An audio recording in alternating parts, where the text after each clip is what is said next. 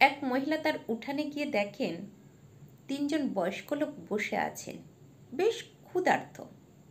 তাই তিনি বাড়িতে আসার আমন্ত্রণ জানালেন, কিন্তু তারা বললেন, গৃহকর্তা কি আছেন?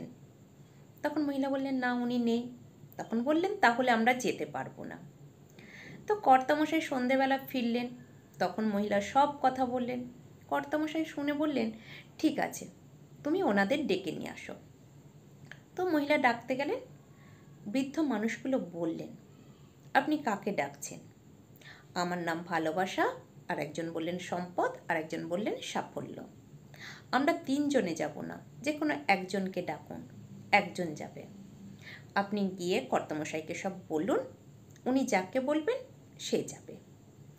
তখন মহিলা কর্তামশাইকে সব কিছু বললেন।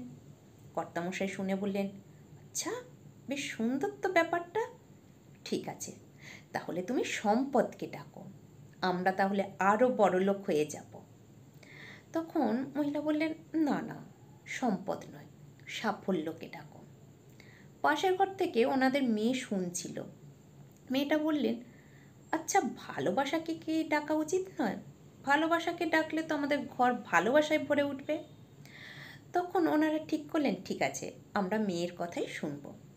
তো মহিলা গিয়ে ভালোবাসা নামে বৃদ্ধকে ডাকলেন।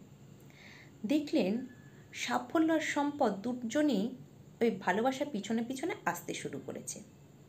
তো তখন ওই মহিলা বললেন, আমি তো শুধু ভালোবাসাকে ডেকেছি, তাহলে আপনারা কেন আসছেন? তখন বাকি দুজন উত্তর দিলেন, যেখানে ভালোবাসা থাকে সেখানেই সাফল্য সম্পদ যায়। এর থেকে কি শিখলেন? মানুষকে ভালোবাসুন, তাহলে সাফল্য সম্পদ থাকবেই।